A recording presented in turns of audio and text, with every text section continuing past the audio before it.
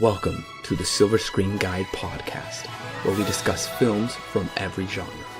So sit back, relax, and enjoy the podcast. Welcome back, listeners, to the second installment in our Cloverfield retrospective series. This is Corbin. I'm Allen from over here in Chicago. And today we are discussing the sequel, 10 Cloverfield Lane, that came out 8 years after the very first movie, which you can definitely go listen to.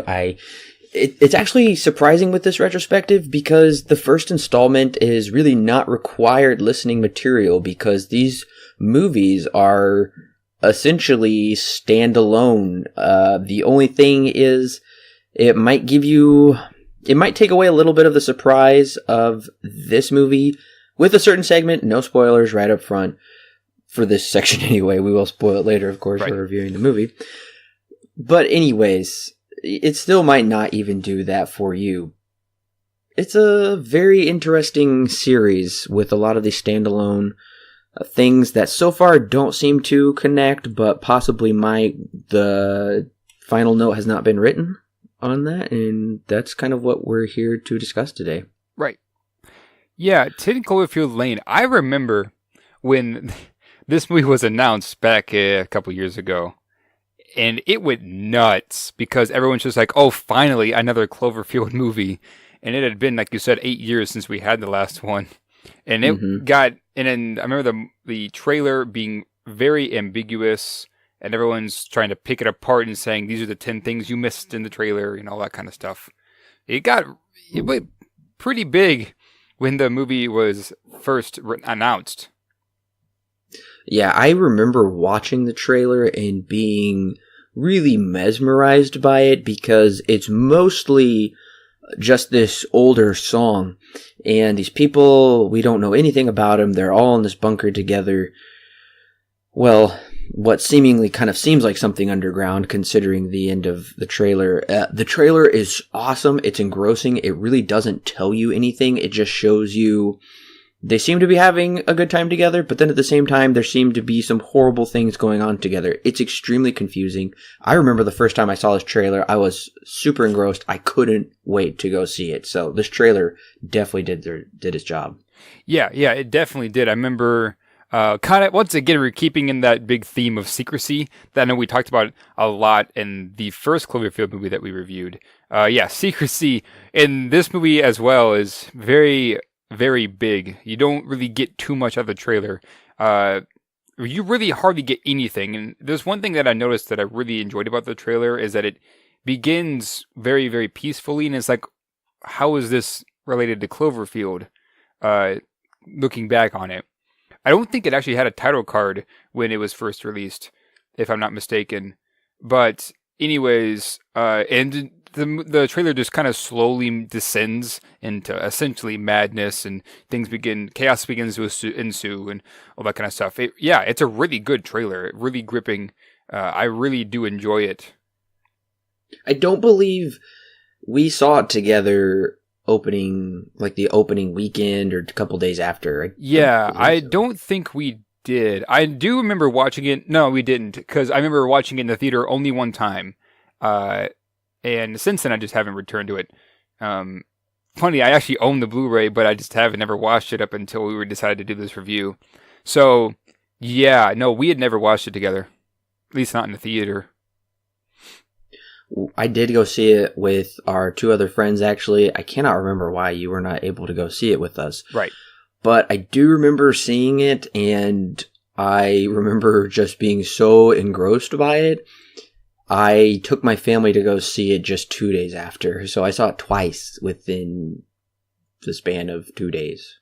Yeah, I mean, I do remember that you told me you need to go see it when you had first walked out of the theater, and I was like, okay, Corbin. And I remember when I first walked out, I was also pretty like, wow, that was, whew. There was one issue that I had that we'll get into a bit later, but I do remember really enjoying most of everything that I saw. The movie is directed by Dan Trachtenberg. Ever heard of him? Well, I don't blame you, because this is his very first feature film. Right. which is insanely impressive and pretty cool that J.J. Abrams picked Trachtenberg. He, trusted him to do this. Now, of course, we've got some other... He didn't write this movie. We've got some more seasoned writers. Now, this movie was actually... what is the proper lingo? I don't know. Maybe you know. This was just kind of a spec type script. It was on the blacklist or whatever, the list there. They really wanted to make these movies, but they didn't. So this didn't really start off as a Cloverfield movie. They just decided to kind of add the Cloverfield element and put it into the universe, if that makes sense. Right. Yeah. So actually, the production of this was quite interesting. Yes, the script was put onto this website called the Tracking Board, and I think it was the producers of the website. They were like, "Hey, this is a good script," so they put it on what they call a hit list, which essentially, from what I understand, is scripts that they think have the best potential to make it big. And apparently it did, because Paramount goes, "Hey, I like this," and they bought the script from the Tracking Board. And they went ahead and greenlit it a few years after that. So yeah, they picked it up. It was marketed. No, it was given the treatment of a micro budget. I think no more than $5 million was the original set budget that they had for it when they first bought the script. So yeah, it's quite interesting. I know that the original writers, they do have writing credits here. The original writers are Josh Campbell and Matt Stukin. They wrote the original script that was pitched to the Tracking Board. So yeah. And right after Paramount bought it, it was given to Bad Robot, and then Bad Robot gave it the name Valencia, which is an odd name. It's the working title name, which right. Normal. This happens. They give it a title, a nickname essentially. Every movie does get a code name usually to ship it into theaters or just to begin with, just so the word doesn't get out right away. Right. So, Corbin, I have a question. Do you know why they picked the name Valencia for the working title name? Yes, I do, because they mentioned it actually in the commentary. Okay. From what I gleaned from what they're saying in the commentary, there was a scene in the movie that was eventually cut where, I believe it was the infamous dinner sequence where John Goodman's character gives about a 3-minute monologue talking about the Battle of Valencia. I don't really know anything outside of that. I did not go look up the Battle of the Valencia. They commented more on it, but I didn't really make a note of it. Interesting. I actually didn't know that. So what I found is, Valencia is a city in Spain, right?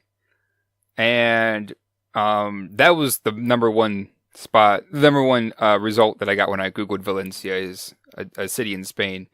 And at first I'm just like, okay, so what? What does that have to do with the movie?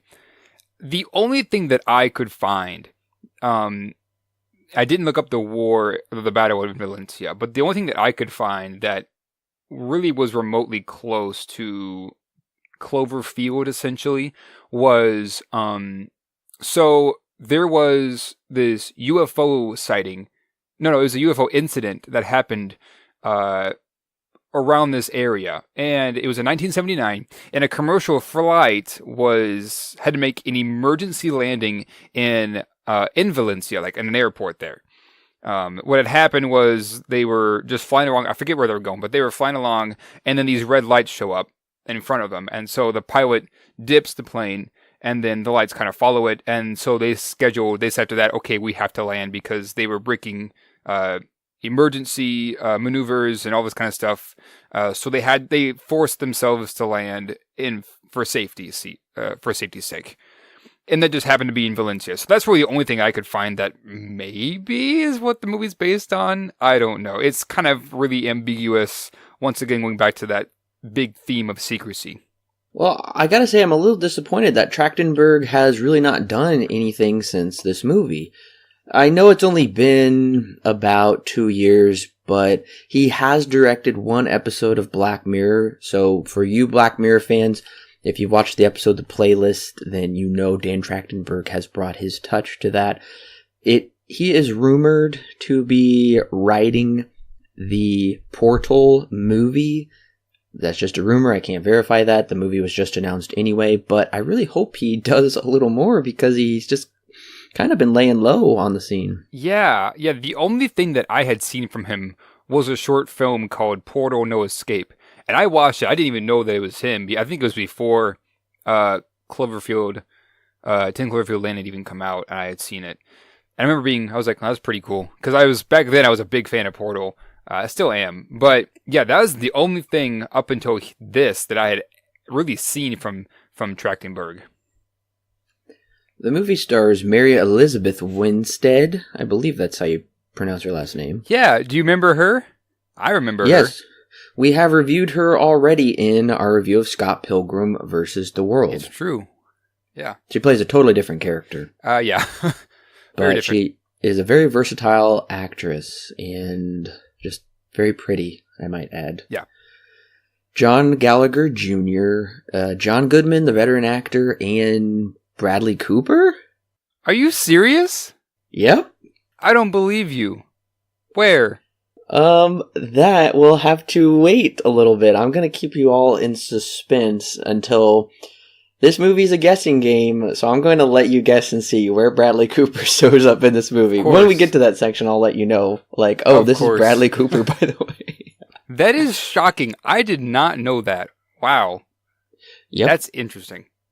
It is. The movie is written by Josh Campbell, Matt Stuckman. I don't know how to pronounce his last name. Yeah, I think it's Stukin.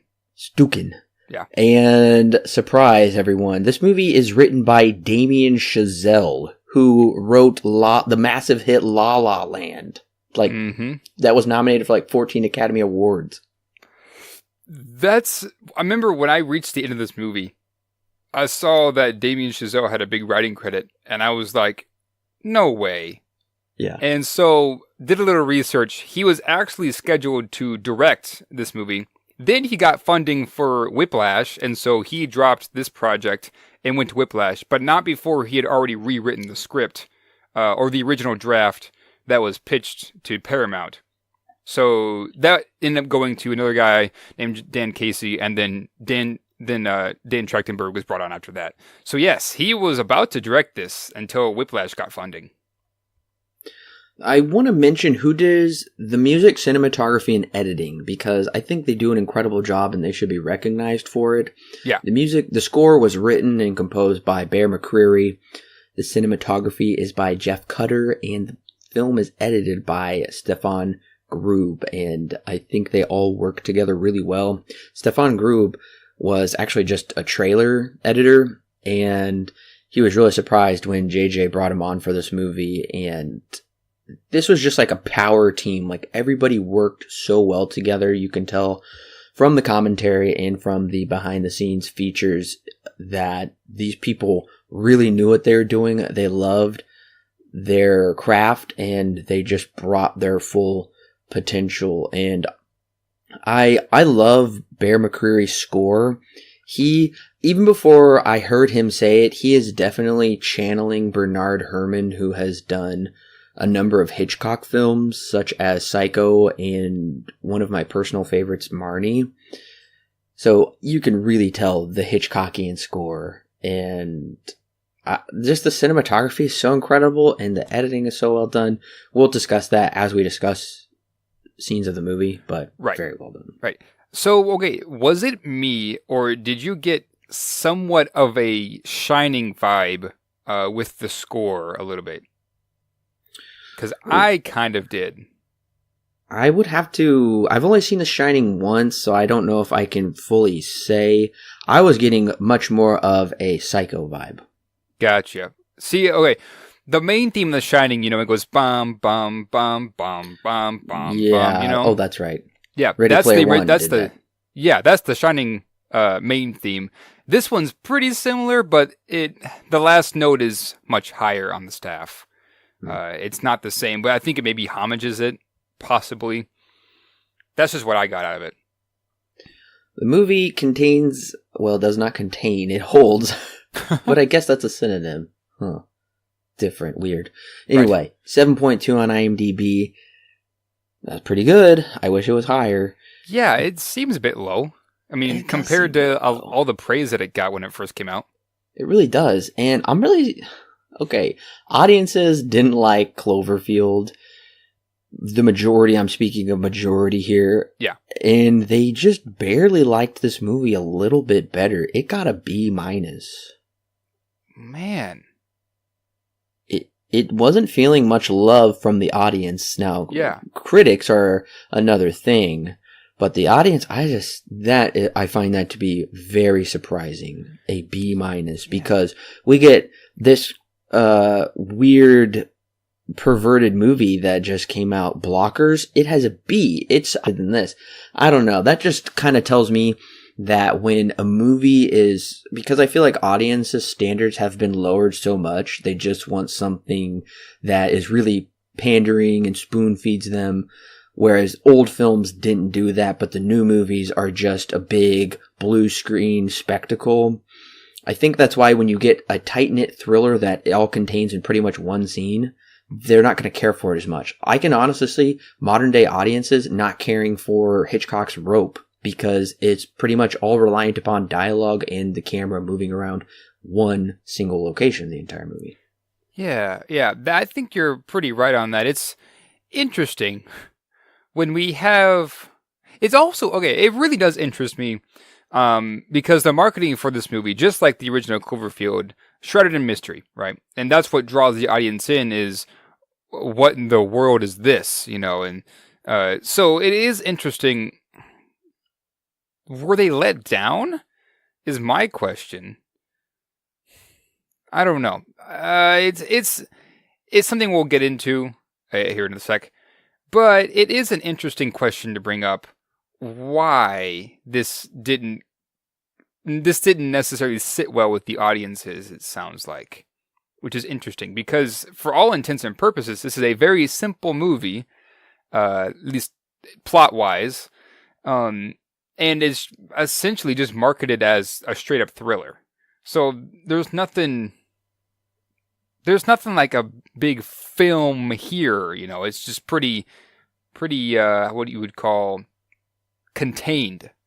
Well, for a budget of $15 million, it still did pretty well. I mean, no, it did great, actually. For a domestic gross of $72 million, whoa, quite a few people came to see it. Foreign, 38 for a worldwide total of $110 million. That is a major profit from a small budget. So yes, it was a big box office success. Yeah, definitely made his money back. Once again, this had a pretty small budget. Actually, it had more than originally planned, but still, that is pretty good. I wouldn't say it's great because there should have been more. Because you have big names. John Goodman's in this movie. Mary Elizabeth Winstead is a pretty big name as well. I feel, for all intents and purposes, I feel like this should have made a lot more money, like upwards of $300 million. I'm sure it got that with more of a... the more I think about it, the more I'm beginning to realize that maybe this has more of a cult following, or is going to develop one if it isn't already there. Kind of like the original. I think being associated with a movie that is close to a decade old that audiences didn't really care for to begin with, I think kind of jeopardized its chances. If this would have had a different title, then I think it's possible it could have done better at the box office. But I don't know. I'm not too worried about it because it still did fairly well, and all that matters is what I think of it. So, hopefully it would have done better. Something tells me that it would have done worse because it's not tied to anything that you would know. Because the original name for this movie, and the original script was called The Cellar. So I don't know. Maybe we really don't know. It's impossible to tell. Well, it was going up against the juggernauts of Zootopia and Deadpool. Oh. Yeah, that'd be why. So that's probably one of the big reasons why audiences' attention were being taken away. Zootopia was going into its second week and still beat it at the box office. It beat it by $24 million. Pretty big beat. Yeah.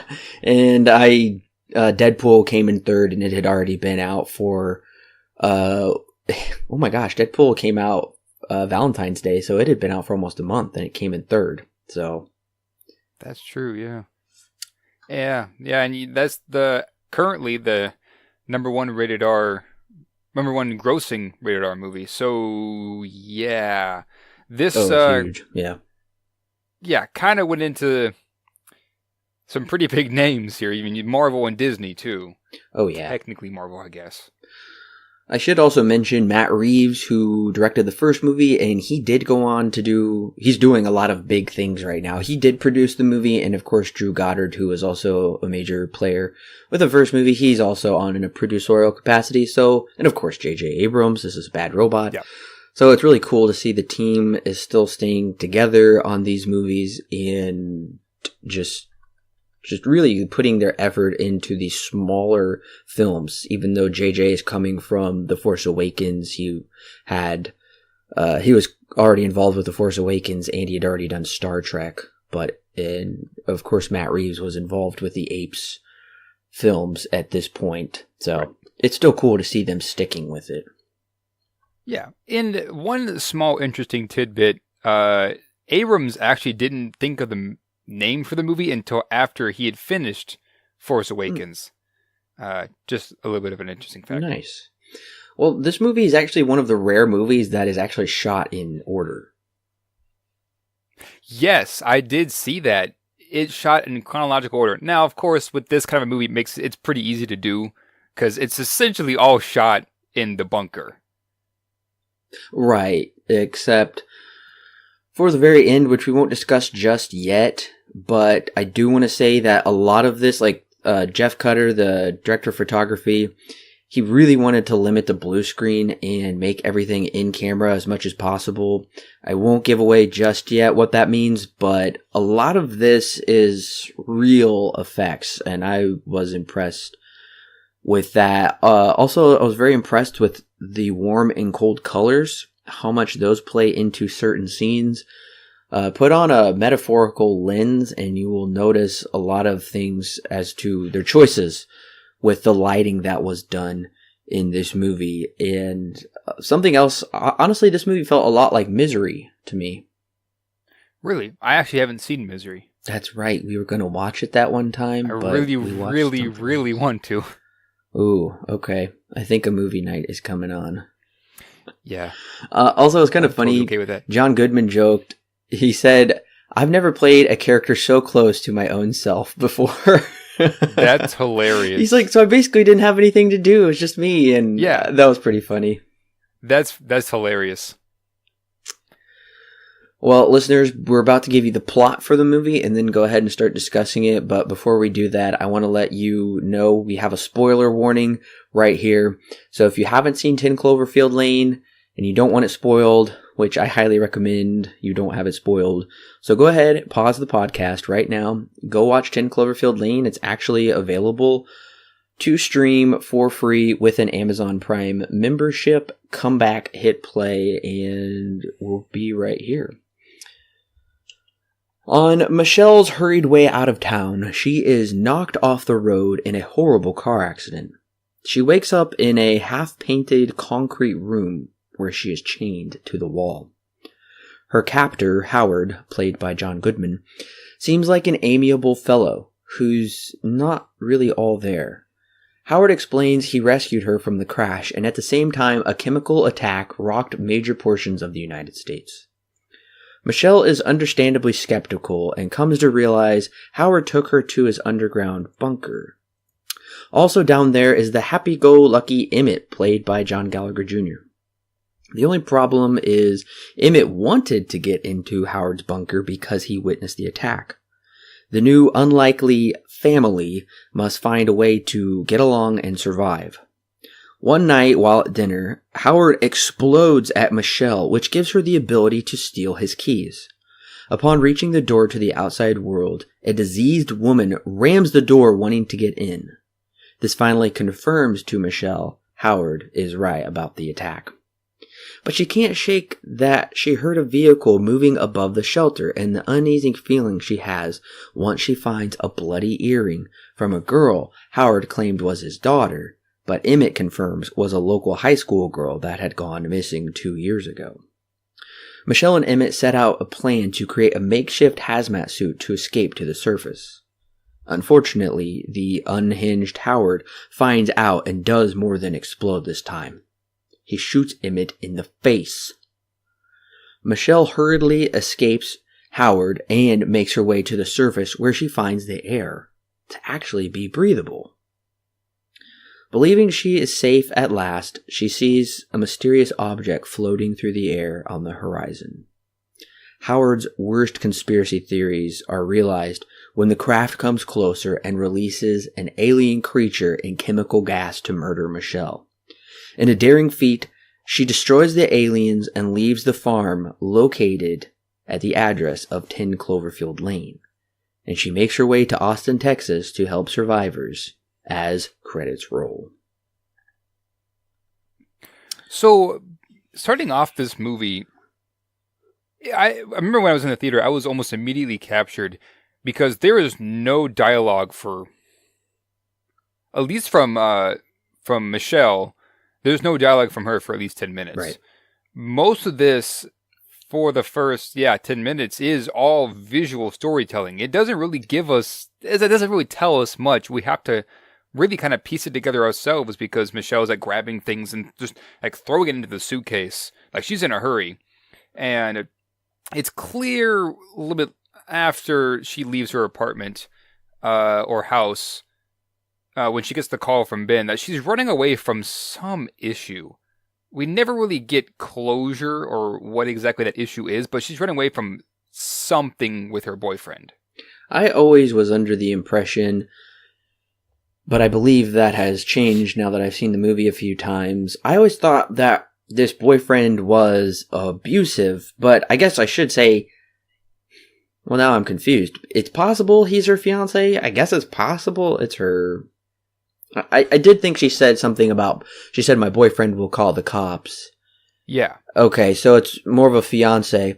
Later on, she describes in the movie how it's just easier to run away from difficult situations. That's what she's always done. Right. So this makes me think that the boyfriend is not abusive, but then in the same way, it makes me think that it's possible he is, because she describes having an abusive father growing up and seeing someone be abusive to their child in a store. She wanted to confront the issue, but instead she just ran away. And of course, Howard is abusive as well. So keeping in line with the theme of abusive men towards younger women, especially their daughters, it seems very well she could be running away from an abusive relationship, but that is not confirmed in the movie. Right. Yeah, and I think you're very much right when that this could potentially be a abusive relationship. Once again, we never get that answer. I think it's more just kind of left up to the audience to really imagine what that could be, because she kind of answers Ben when he calls her, but then just doesn't say anything. Like just leaves the line open, and he's like telling her, "Hey, Michelle, I need you to, you can come back. You don't need to run away from this. This is so stupid, And it's like, I'm sorry, all this kind of stuff. It's interesting. Almost, because if we look at the situation as if Ben was an abusive boyfriend, then I would almost see this as being very manipulative, at least on Ben's part, which does kind of play one more into Goodman's character later on when she is captured. And he's also very manipulative as well. So you do bring up an interesting point that I actually had never thought of. Maybe this is an abusive relationship. I don't know. Movie never really says, but I think it works pretty well if that were the case. Yes, this movie is heavily depicting a female protagonist overcoming her captors, not just physical and not just extraterrestrial, but of course also mental, because she is dealing with different mental issues that she has, clearly, because when she confides to Emmett about that, right, in their heart-to-heart sequence. So this movie is definitely... I love the female protagonist. They absolutely chose the right person with Mary Elizabeth Winstead. I think she just gives a great performance where she can be vulnerable, but she's also very tough when she needs to be, and does take care of herself, because I love how it shows ultimately she is not just going to give in and take the easy path. She's going to run away, but in order to fully free herself, not just to sweep things under the rug. So I love that aspect of it. And I gotta say, I love in the beginning, there is so much Hitchcock being channeled. This is so much of a treat for me because I am a major Hitchcock fan. And I should go ahead and say right now, listeners, later in the year, we will be covering some Hitchcock movies and also a couple Damien Chazelle movies. So we're talking about both here a little bit. We're excited to bring you those. But this is total Hitchcock, and the silent opening is incredible. Also, panning from the city to a window, that's definitely a psycho move. And actually, the city is not actually a city. It's a matte painting that they just made. Really? They manipulated it a little bit with CGI to make it look alive. I love, this was J.J. Abrams' choice to show, not tell. There's so much visual storytelling, and JJ said, let's just show, not tell for quite a while of it, and these characters' choices and feelings will organically come out later on in the story instead of giving it to you up front. And to answer what you said about her talking with Ben, that's actually Bradley Cooper. Oh, okay. I see it now. Basically, JJ is like, I need somebody on here. So he just texted. He's like, I just texted my friend Bradley. And I'm like, hey, I need, can you just like send him a text? Can you just like record this for me? Bradley recorded it on his phone and just sent the text over to JJ. That's how it happened. That's hilarious. Wow. That's so funny. So, yes, I think you are very, very right. This opening feels very psycho, with Winstead packing her things and leaving. Yes, we get opening shot of the city, kind of moves back and it's behind a window, and then it immediately, the dresser moves and Winstead is putting all of her stuff in the suitcase, Yeah, very much taking off a psycho here, which we did review about a year ago, where she's escaping her issues, she's escaping her problems. She's getting out of there. This does come back a little bit later in a conversation with Emmett, where they were talking and she, telling the story about how she saw the little girl in the grocery store and then just kind of ran away. So yeah, this is an interesting setup. And one thing I did notice is there's a lot of foreshadowing. There's a lot of setup and then resolution. Because one small detail that I caught was the bottle of liquor that is on her cabinet. Oh, yes. She takes that, right? Mm-hmm. We don't see it ever again until the very end, when she's fighting the alien and she lights a Molotov cocktail and tosses it in the mouth. Small pieces like that are kind of riddled throughout this movie. Almost makes it really, really rewatchable. It definitely does. There was a number of things I missed on the first time. I did watch this with my dad. He pointed out the liquor bottle, and I didn't even remember it. Upon my second viewing, I caught it right in the beginning. Because a lot of the things with the visual storytelling, you do miss a lot. Because you're just in the moment trying to think about different things. But then that's nice.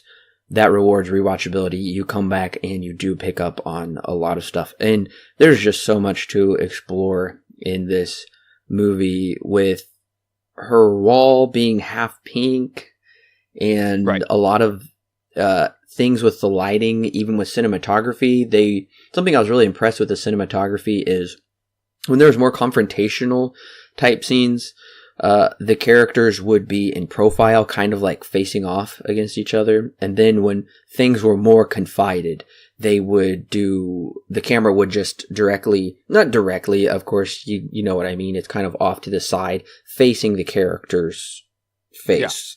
Yeah. They thought of so many really cool details, and what they were able to do with warm light and blue light just to create different atmospheres. And for certain situations, like the table scene, that is very warm light because it's supposed to be very inviting. But in the more crucial scenes that are much more thrilling, there will be more of a blue light. Yeah, you're very right. I did notice this too when in this small scene when John Goodman's character Howard kind of comes into Michelle's room and changes out the light bulb and pulls off the little lamp and unscrews it and puts it back in. That whole scene. That's one thing I did notice about the lighting. It just at first was like, why are we seeing him replace the light bulb? And then it began to click, and I was like, oh, okay. So yeah, it's the colors here. They are really complimentary for the scene. But I do want to talk about the cinematography. This reminds me quite a lot of Room, because for the first half of Room, it all takes place in this very small area. I think it's 20 square feet, something like that. It's very small. And pretty same here. They have a lot more space, of course, to move around. But yeah, it's all very confined. There are a lot of medium shots. There are very few wide shots. Right. But for the most part, it's medium or very close up. It gives you a very good sense of claustrophobia. And in a couple of scenes, they really push that. Later on, when Michelle's character goes up into the air vents, has to reset the, I think it's the air filtration system. That's one scene that comes back later too. Very claustrophobic. She's barely fitting through that air vent. Gives you a good sense of we're too close. Always uneasy. I do like the physical claustrophobia, but some of that seems to dispel once she gets out of captivity from the room, which I gotta say, when we first see her chained up, like, your heart just drops into the bottom of your stomach. It is so disturbing. Like, something's going to be horrible, but you come to find out that the claustrophobia is very much between her relationship with Howard, because Howard is he thinks of these two as his kids. The way he talks to them, the way he treats them, because he says things like, get your hands off her, keep your hands to yourself. This is my room, it's off limits. Even though they're totally adults, they know how to behave and do things for themselves. It's very interesting how much he treats them like his kids, and that makes them like walk on eggshells. They have to defer to his authority, and there's such a claustrophobic sense between their relationship. Because I really love how the bunker is fairly spacious, but at the same time, they're still trapped down there. Yeah, it's very interesting because John Goodman very much plays the fatherly role in this situation, almost as if he kind of forces himself into it. I should take it back. He does really force himself to be the father figure of these two kids. And at first, it's kind of weird because Michelle and Emmett kind of have a thing, and then he shuts that down real quick. But yeah, you're very right. They have to walk on eggshells. There are kind of just a lot of rules that they have to follow. It's very, very uneasy because we don't really know why at this moment though, we don't really know why he decided to kidnap them. We find out later it is because of the attack, and stuff like that. And Emmett actually volunteered. No, Emmett essentially forced his way in.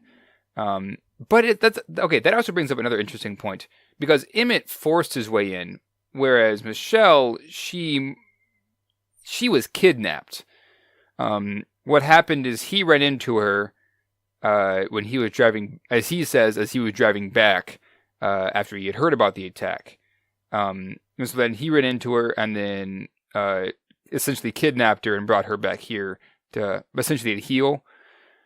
But we do maybe see him at the gas station. It doesn't really say, but that's probably where he got the idea is then. And then it's very clear later that she looks a lot like Megan, or as we come to believe later, Brittany. Yes, we know that Goodman's character mentions his wife took his daughter away, and he says something, at least I tried to save them.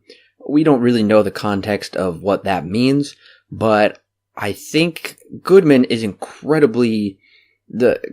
plays Howard, is incredibly unhinged. And the way I see it is, this is his way of, he sees Michelle as his daughter Megan, and he is going to save her at whatever costs. And I did read some of the things found in the alternate reality game that came before this movie, and it's a lot of just like emails that Howard wrote to Megan just saying, I'll come pick you up whenever you want, this is how to protect yourself, this is what to do, and she seemingly never responds. So my guess is that Howard views Michelle, he just kind of has this weird psychosis and latches onto her and tries to make her into his daughter. That's why he gives her Megan's clothes, which he also previously gave to Brittany. And there is so much mystery shrouded in that, but at the same time, I want to learn more. I really, really wanted to know more. But then at the same time, I feel like you don't want too much of the mystery explained, or else it'll kind of ruin it. So it's good they still keep that atmosphere of mystery. And it's more so about him latching onto his daughter symbolically. Right. Yeah. And question time. Do you actually think that there was a wife involved in this situation at all? Or do you think that's just Howard kind of making up a story? Because we do find out later that Megan is actually a classmate of Emmett, and her name is actually Brittany, not Megan. And so that also kind of brings up the question, okay, well, how much of Howard's stories are actually true? Right. Howard is what we would call in literature an unreliable narrator, or I guess in this case an unreliable character, because his testimony has a lot of holes in it. So there's something else that really bugged me upon this viewing that I really want to know more about. When we see the picture of Howard and Brittany on the couch together, either someone else is taking that photo, or Howard is just using a timed camera, I guess.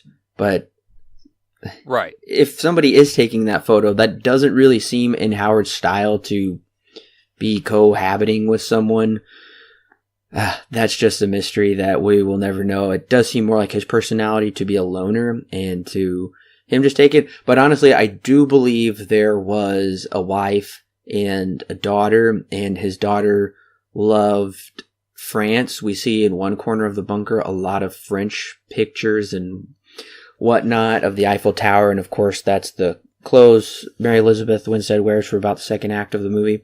So yeah, I do believe there is that, but there is a daughter and a mother somewhere, but who knows how long ago that took place. This is something that I found very, very interesting.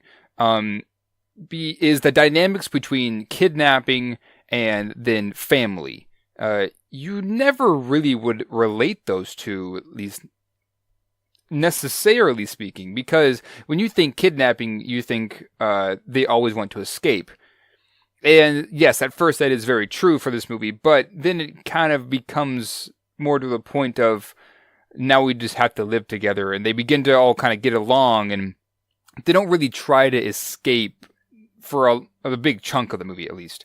It's something I found to be very, very interesting, tying together those two themes and making it work, a family and then a kidnapper. I found to be quite interesting, something that you would never really see in a movie really ever. And now, to be fair, that theme kind of goes, once again, to turn back onto its head when, I think it's right when Emmett dies is kind of when the whole thing just kind of topples over, and Michelle decides that she just wants to leave. So I find that to be quite interesting. And another thing I also found interesting too is Howard, and maybe possibly, this movie's very subtle about this, but maybe possibly being a sexual predator. It's not something the movie really talks about heavily, but it is something that is very subtly implied that I caught up. But I never really got the sense that his intentions, for the most part, his intentions were to do anything bad to Michelle. At least not until a certain point, maybe after that. I'll get to that in a second. No, I think Howard is this really lonely person since his family left, and he's all about protecting them. He worked on the Navy, he worked on different satellite projects that helped keep the United States safe, things like that. So I think he desperately wants someone to take care of. He wants that love reciprocated back at him. I mean, I think he's totally insane. Something that is very troubling is that Howard knocked her off the road before the attack. He said something about, oh, I saw it. I had to knock you off the road to save you. But that just doesn't add up, because Emmett's description of the attack was a blinding red flash, like something you'd see in the Bible. Well, we don't get that. So I guarantee you, because we know Howard did see her at the gas station. His truck pulls up right behind her. He purposely knocked her off the road because he wanted a new daughter. And it's very possible Michelle is probably around his daughter's age now. And kind of going off of what you're saying about kidnapping and family dynamics, this is a little bit becomes a little bit like a Stockholm syndrome, where the kidnapper the person who is kidnapped begins to appreciate their kidnapper and becomes totally cool with the situation. I feel like we kind of get a quasi Stockholm syndrome, but not completely, because ultimately Michelle is still very apprehensive about Howard, even though they seem to have this semi-functioning family unit. And Howard even says something about, he calls them like this little happy family, we've got to learn to get along, or something like that. Yeah, the Stockholm Syndrome, big theme here, because Michelle eventually warms up to Howard and stuff like that. So yeah, Stockholm Syndrome, I do believe, is a very big thing here as well. But the one scene that I maybe caught a little subtle of sexual predatorness from Howard would have been after Emmett dies, and he shaves his face and then puts on some nicer clothes. That was when, and then he brings her ice cream. He says we're going to eat dessert before dinner, and it's just so weird. I do understand that he's maybe trying to make the situation better. He's now at a point now where he's just like, now it's just you and me. It's a father and daughter relationship. We have those themes in here as well. But I found that to be very weird. Never to a point where it was conclusive that this was what Howard was, but to a point where it's like, okay, this is just uneasy, more than it was ever before. Yeah, I kind of never really thought of him as a pervert in all of my viewings, except for this scene that you just talked about does drop a little hint. But just to rewind a little bit, when Michelle is going to the bathroom, he stands right there in the doorway, and he explicitly says, I'm not some pervert, just go. And honestly, I believe him. This does seem to be kind of like some, I don't know, father-like situation where you would take maybe like your very small, like toddler daughter to the restroom or something. It's still incredibly uneasy and very bizarre, but what does make me even more uneasy is once Emmett is dead, he says, like, let's have dessert before dinner, and then he says, we can do whatever we want now. What in the world does that mean? What could they not do before Emmett was around? That is a very scary line. Exactly. Yeah, exactly. That's kind of where is not as subtle as it was before. Before, they kind of shied away from that. They really didn't go down that road at all. Here, they kind of tap on it. Michelle kind of sticks it to him after that. It doesn't take very long for her to begin her escape. But yes, this is, for me, I found this to be almost pretty, it was very much like, okay, maybe he is, and we never really get conclusive answers, typical of Cloverfield just in general. But yeah, you bring up a good question. What couldn't they do before Emmett was there? Luckily, the movie never goes down that route. This is very much a women empowerment movie. She sticks it up to him and she begins her escape. All that kind of stuff. So yeah, it's weird. But I almost feel as if it's necessary because Howard is a very broken character. We get very subtle hints throughout the movie of his past life. He was once again in the military. As he says, his wife walked out on him, took Megan, stuff like that. And even the scene where he says, "I'm not a pervert," he like stammers for just a brief moment when he says, "I'm not some pervert." It's almost like, because that end happens more than once. He kind of stammers when he's talking. It almost makes me feel as if, okay, well, how much can we actually trust him actually saying that? Because of just not only how uneasy he is, but what is he thinking on the inside? And he also seems to just switch emotions just so quick. There are multiple times in the movie where his emotions kind of just flip on a dime. It's very weird. It's clear that he's just a very broken character just in general.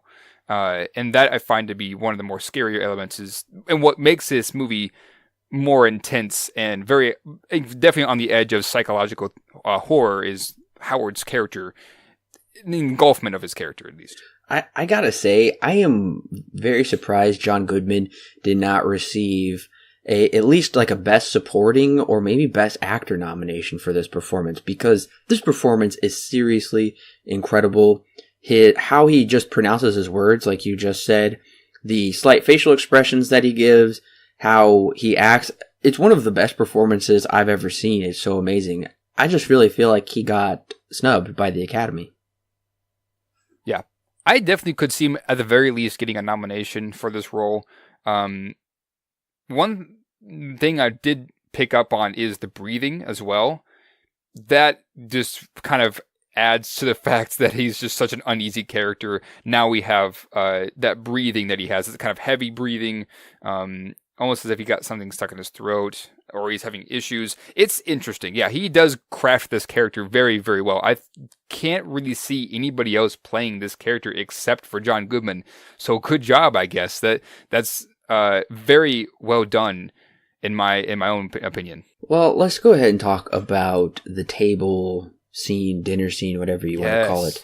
This is one of the best scenes of the movie, and just immediately I have a very uneasy feeling, and the tension just builds and builds and ratchets up so much that you know something's going to happen. And honestly, I've seen this movie a couple times. Every time Howard slams his hand down on the table, I still jump and just my heart rate increases. Yeah. Oh yeah, I am the exact same way. This is one of the best scenes of the movie. If not the best, just this dinner scene. There's just so much to it. That's the best thing about it. It begins with the just being really awkward, and then Emmett just is talking too much, and then we kind of see Howard snap, and then Michelle gets the idea of, okay, if I take his keys and I can get out of here. So she begins flirting with Emmett, and that makes Howard even more mad. Eventually, she gets her keys. She gets the keys off of him, but it takes basically no time at all for Howard to be like, all right, who took my keys? And then that's when she hits him over the head, with the pop bottle. Always a great scene. And she runs up the staircase, and he's screaming at her, no, no. This scene goes insane places because not only is this the first time that Michelle really stands up and actually begins to have some more success in essentially outsmarting or outwitting Howard and actually planning her escape. And then it's immediately flipped on its head when the neighbor shows up, and we realize at this point, okay, something actually happened, that Howard may not be lying about this attack and all this kind of stuff. It's such an interesting and engaging scene that, yeah, it really flips the movie on its head almost completely just because of how much has happened and how much they present. I kind of view Howard's motives for blowing up because it shows in some way that I don't know if I can totally decipher because I'm not a psychologist. He has some kind of jealousy and covetous attitude over Michelle. I think he could also see it as these two are his children and their siblings, and it doesn't seem right for Michelle to be treating Emmett in that type of a way. And it also goes to show you, I think Howard is, like I said, he is extremely covetous over Michelle. That's why he is constantly putting down Emmett. He's always mad at Emmett, and he says something along the lines of, we don't appreciate, he says, I don't appreciate your humor while we're trying to eat, and neither does Michelle, so shut up and let us eat in peace. Right.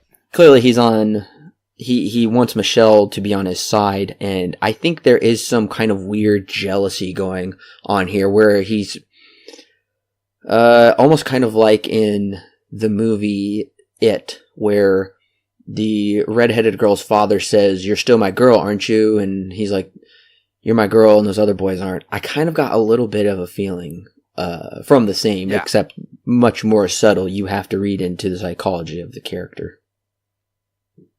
Right. Yeah, it's also, I also noticed one small detail with this scene as well. Howard pours Michelle's drink. Like, he pops the cap off and then pours the orange soda into her glass. Yes, very big father-daughter themes in this movie between Howard and Michelle. Big time. I would say more on Howard's part than hers. It's just, yeah, it's so interesting and so weird at the same time that the movie would even go down this route for a kidnapper to play this fatherly role. It's quite the interesting movie that they craft this around as well. We also know, I believe, Michelle knows how to manipulate Howard because she speaks of her abusive father, so she has experience dealing with a person in this situation. That's why I think she knows what to do to push Howard's buttons. And it's kind of interesting because in the beginning, Emmett is really not there for her, kind of like her brother was, but in the end, we see Emmett take the bullet for her, just like she's like, my brother was always there to take it for me when it happened. And we get kind of a bit of a different scenario though, because Howard, it's like she ran away from her abusive father and she gets abducted by an abusive father that really wants her around, and she kind of can do no wrong in a way up to a certain extent, but when it crosses the line of like jealousy and like violating like his only like the love that he can have, and he sees that directed towards somebody else, then he gets violent. Yeah. A lot of psychology. There is definitely some jealousy here. Yeah, there's definitely some jealousy here. Maybe, I wonder if there was some with Emmett as well, possibly. And this does maybe come out towards the end, in his last scene, when he says, I wanted your gun, I wanted her to respect me as much as he respected you. Right. Could be a ploy to save her skin. I believe it is. But it also could be some jealousy coming out that has been just very subtle throughout the runtime up to this point. Personally, I feel Michelle and Emmett's relationship is 100% platonic.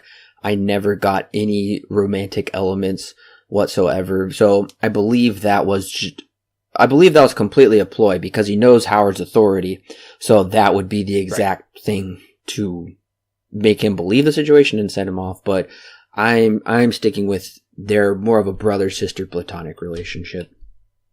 Yeah. The only time I ever got anything more than a platonic brother-sister relationship is in this dinner scene when she kind of flirts with him a little bit. Other than that, yeah, I do agree. It's very platonic. They don't really go any farther than that. So, yeah, this is such an interesting family dynamic that we have here because nobody knows anybody when the movie begins.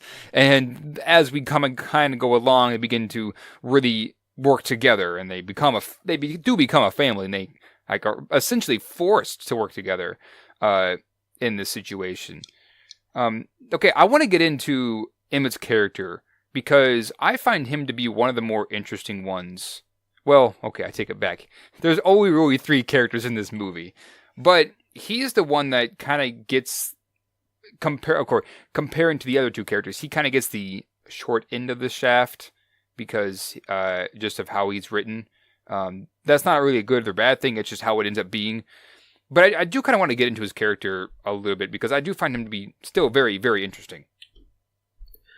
Something I really appreciated about Emmett's character and Michelle's character as well. But just speaking of Emmett's character right now, I found him to be very relatable because he's talking about the feelings of running away from responsibility. And I think that's something everybody can relate to. And he also talks about how he lives his life within like a 40 miles or less radius. And honestly, I think a lot of people, more than you would realize, want that life where your responsibilities are limited. You don't have to deal with going out into the scary big world. I know many a times I've been in situations where it's like, I just wish I was home right now. You know, I'm jealous of the people that are home right now. They don't have to be in this situation. Or if I'm watching videos of people climbing through caves, then I'm like, oh my gosh, I'm so glad I live at home and I'm not that adventurous. Right. Yeah. But anyways, Emmett's character, he is such this kind of simple guy. Always seems like he would try to do the right thing, but he still has flaws. Because he like was offered that opportunity, and I like how he said, like, I was even able to outrun my bad grades because of the scholarship he was offered, but he didn't take it, and it makes sense, because if he's got bad grades, why would he do any better in college? Right. Yeah, that scene between him and Michelle is one of my more favorite scenes of this movie, because you really get this, you really begin to find out a lot more about these 2 characters. So yes, going back to what you just said, he was offered a full ride to a university, but then he decided that he just didn't want to go because he was afraid that everybody else would do better than him. And because he was afraid of that, he essentially, I wouldn't say he ran away from responsibility, but was playing the safety card. And he's like, I don't want to take any more risks than what I've already given. And so he decides to not take the bus and go to the university. Instead, he stays home. And as he says, I've only lived in a 40-mile radius of where I live now. And he's very much a character who is very safe. He plays things very close to the chest. He isn't somebody that really goes out of his way to do much of anything, really. The only thing that we really find out about his character, other than that he knew Elizabeth and that he was going to go to university, is that he did help Howard build the shelter, which is another interesting thing as well, which we'll get to in a sec. But yeah, I find Emmett to be quite the interesting character because at times he feels the most foolish as well. He feels very much like a teenage boy still, because at one point he talks about North and South Korea and he can't remember which one's the crazy one. Small things like that. He seems to be someone who's very, very easily manipulated. He also, once again, believes that it was an attack, even though we find out it was just a bright light that happened. He seems to be quite foolish. He can run really fast, and that's how he got out of his bad grades, once again. But, yeah, he ends up being this really heartwarming character towards the end because he becomes the brotherly role for Michelle. This is essentially ends up becoming really the family that Michelle never really had, one that got along for these 30 minutes of the movie. I find Emma's character to be really not only important but also impactful for Michelle's character because he takes the bullet for her, just like her brother did before.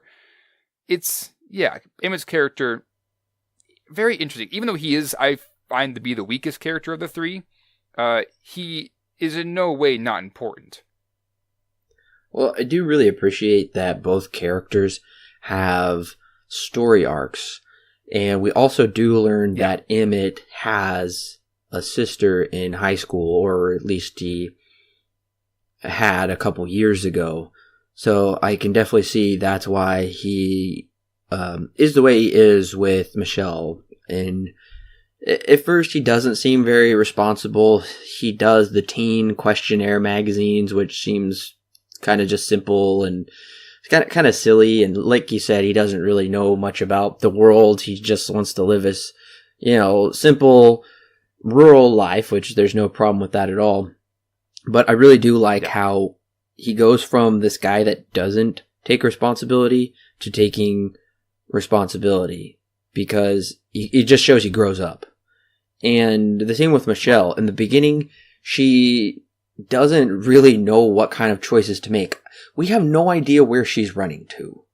We just know she's getting out of Louisiana somewhere. I mean, this movie takes place in Louisiana, so she's getting out of the city.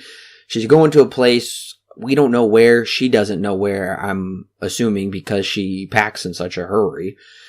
But then at the end, I really love how she makes a sure choice. She takes a look at the road sign and she knows where she's going. She knows what she needs to do. So both characters have a great payoff and story arc in this movie. I would say that acting wise, I feel like Howard, we know probably the least about Howard.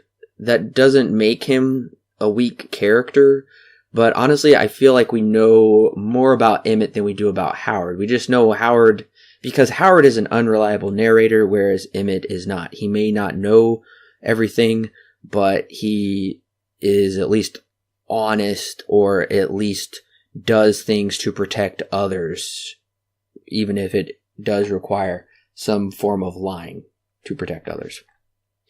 I do want to mention we do get some more foreshadowing here about halfway through the movie, maybe towards the end, where Emmett says Howard's got a crazy theory about mutant space worms.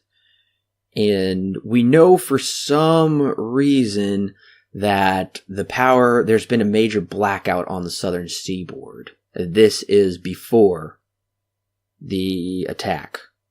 And we don't know why. So there is still foreshadowing towards the end. Also, when that helicopter flies over the bunker, it wouldn't shake the house that much unless it was flying extremely low. There's been helicopters that have flew over my house. It does not cause that much of a shake. So, there are little tidbits. So when we do get to the twist at the end, it's not a complete drop storyline coming out of nowhere. Yeah. There are some very subtle pieces and hints here and there that do kind of allude that, okay, maybe it really was an attack. The neighbor happened thing that we talked about earlier. Yes, the helicopter that flew overhead. The helicopter that flew overhead that may or may not actually be an alien spaceship. Yeah, there are subtle hints dropped here and there about what's going to happen in the ending, and maybe perhaps Howard was right, and which is honestly I find even scarier, because that just kind of is more fuel for the conspiracy theorists in this world and stuff like that. So yeah, there are subtle hints. There is foreshadowing everywhere in this movie, and it is a really good payoff. This is kind of writing 101. You introduce something, you build it up, and then you pay it off later. So yeah, it is. There is a lot of foreshadowing in this movie. Watching it for the third time, I began to pick up on all this stuff. Then I was like, okay, because at first, when I first watched it, the ending was very jarring for me, and I was like, well, what in the world? But when I watched it again, and then I again after that, I began to pick up on those subtle hints, and I was like, okay, I see. This isn't some right hook that the movie is just hitting me with. I don't want us to spend too much time on the Brittany sequence, her finding the bloody earring, because I know we've discussed that quite a bit already. I just want to know your feelings, and also so the listeners can know your feelings. What did you think the first time around when she finds the earring, and then you get this twisted revelation that Howard has abducted this girl and says she's his daughter when it's not at all. That was a big twist and very disturbing for me. Yeah. This movie likes to go back and forth with who's right, or I guess what's right in the whole movie, just in general. So when this Brittany sequence came up, I was like, okay, so it kind of confirmed to me that technically Megan didn't exist. It was actually a girl named Brittany who was a part of Emma's class. And so, yeah, it really made me question, okay, well, if that's the case, is Howard actually telling the truth at all in this movie? And so, yeah, it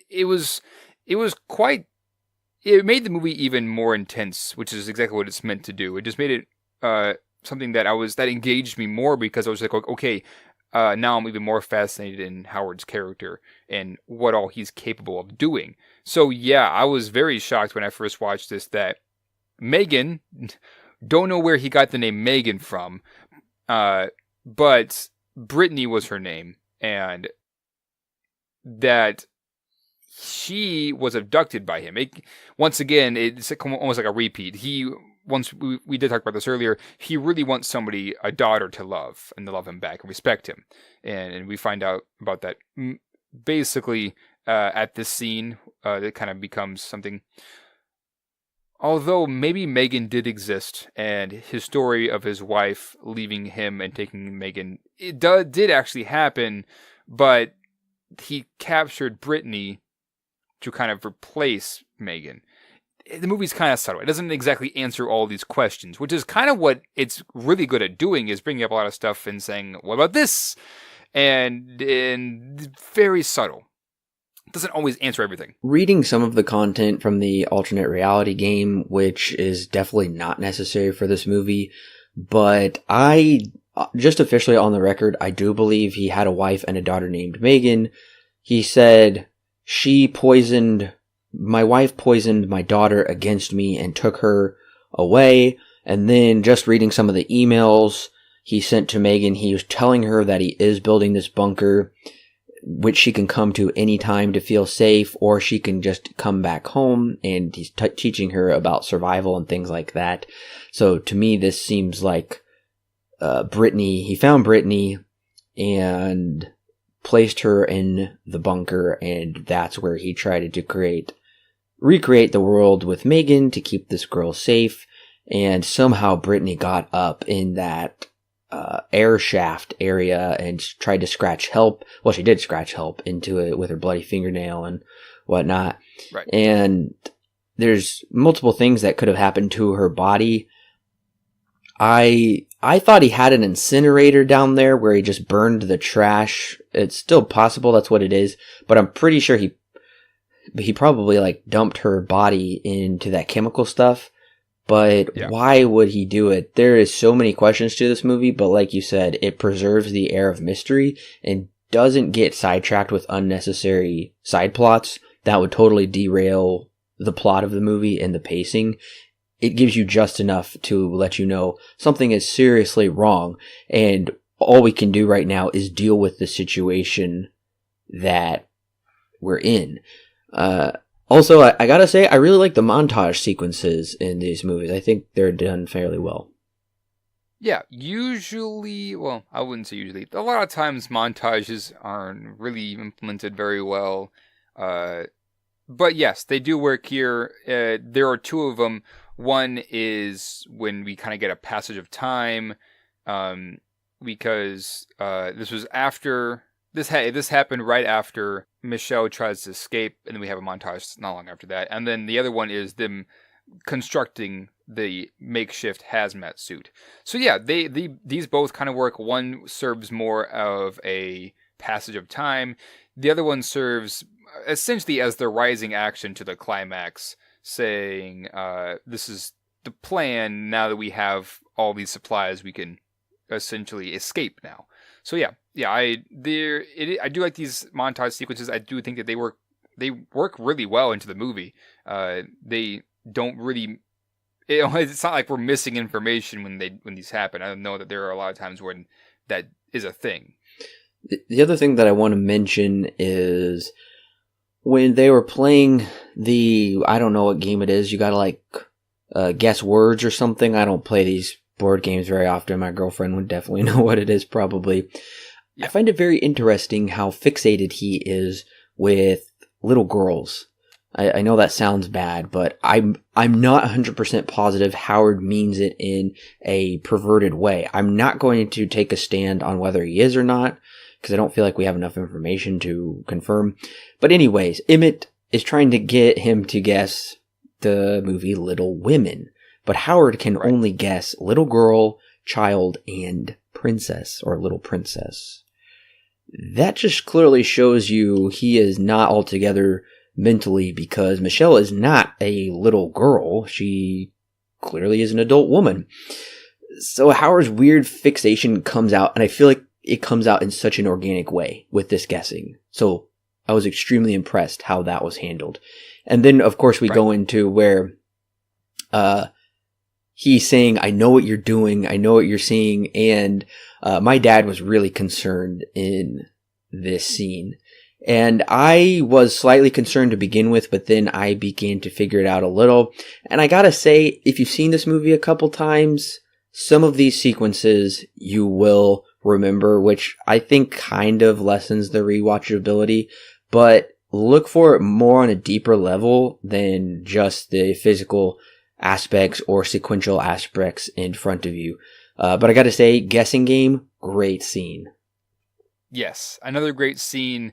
Yeah, very interesting that he can't, for some reason, say that Michelle is a woman.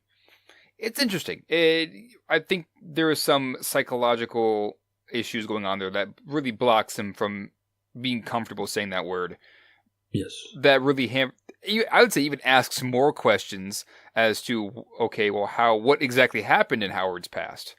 So yeah, we have that. I love how they relate Santa Claus to Howard, though. Yeah. He's, like you said, always watching. He's always there. He knows what they're doing at all times. He can come and go as he pleases. And after a while, Emmett's just like, I don't know what you're talking about. They're not doing anything. And then it's Michelle who speaks up and says, "Oh, you're Santa Claus." And he goes, "Yeah, you're right." It's weird how this scene serves many purposes, which a lot of scenes in this movie do. They serve more than one purpose. They're not just there just to move the plot along, but they serve more than one thing. This not only serves as a growing moment for the family, but also shows that Howard has an issue with saying women. He's related to a Santa Claus, someone who's technically considered a very good person, always giving to these children. Very much a childhood fascination, I guess. So, and then of course we know now that Howard knows that something's up. Like, it's unmistakable that Howard knows that there is something going on between Emmett and Michelle. This scene serves so many purposes. This is a very well constructed scene. I really do enjoy it a lot too. Yes, and like you said, Santa Claus is associated with children because he brings gifts to the children, and he's constantly saying, "You guys are ungrateful. Even though I've given you all of these things, you'd be dead without me." Right.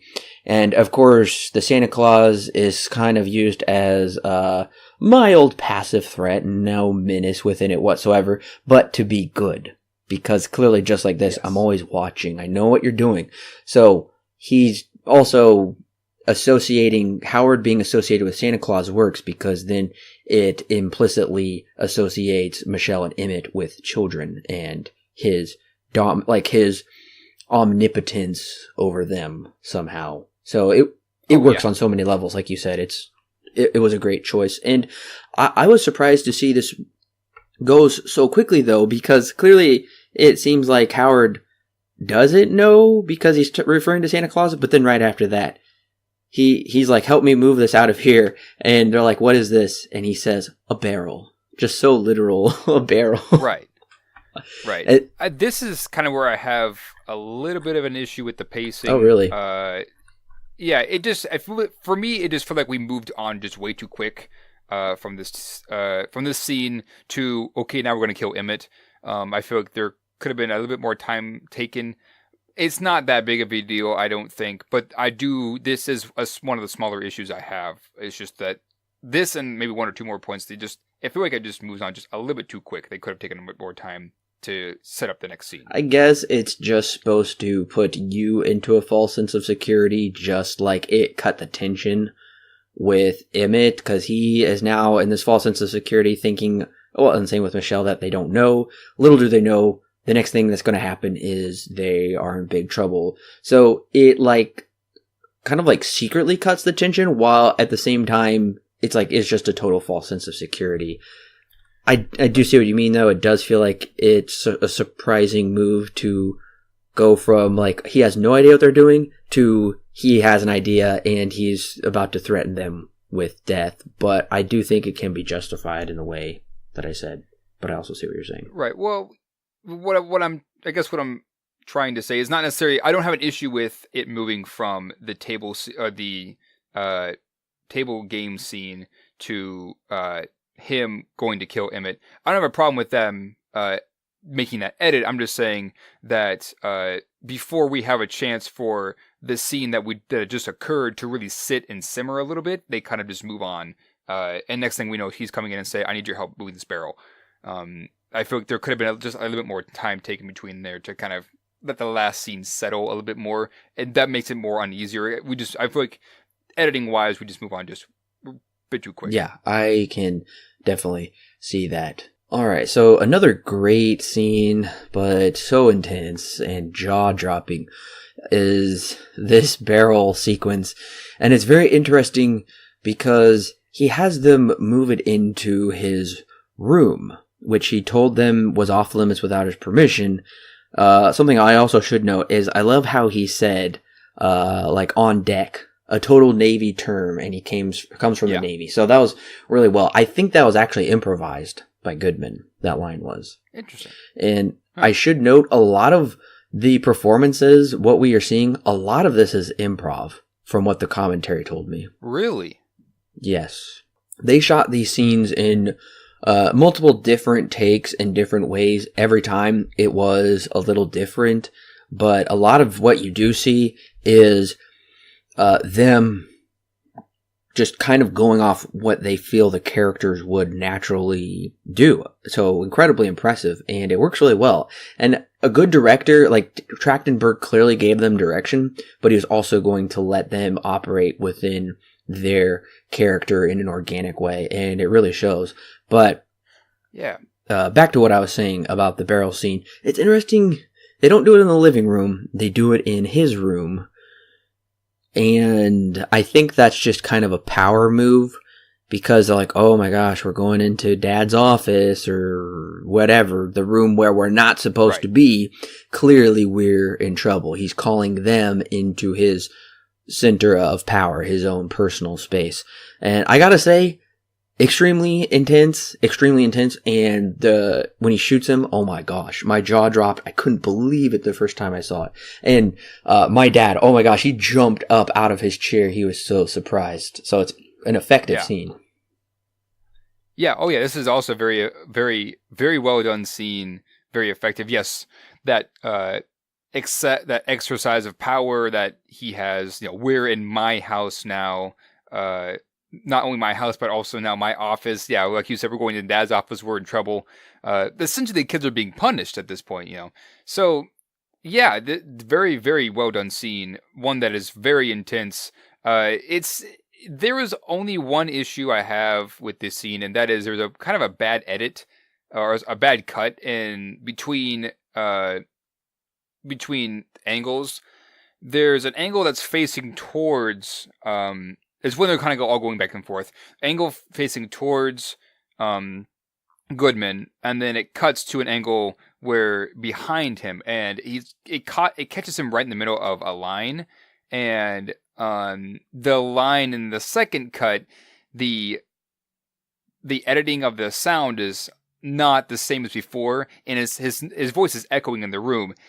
is pretty distracting. I noticed that second time, and then third time was like, all right, that's not a good edit, unfortunately. But easily missed. I will say that it is something that I'm not going to dwell on very much. It is there. It is an issue, but it's not something that I feel is too big of a deal. Oh, getting back to the scene, I do think, yes, you are right. This is a very well done scene. This reminds me a lot of Breaking Bad because they utilize this essentially this barrel of acid that you can just put a human in and it dissolves him completely. This happens in episode 2 of Breaking Bad that we get to see, at least for the first time. So yeah, very effective because he makes... This is also interesting because when Michelle had to apologize earlier in the movie during the dinner scene, he basically just yelled at her. In this one, he forces Emmett to apologize and he says, "I accept your apology," and then immediately shoots him. It makes me wonder if he really wanted Emmett gone from the beginning, which I feel is very much what he was wanting to do. He wanted Emmett just out of there.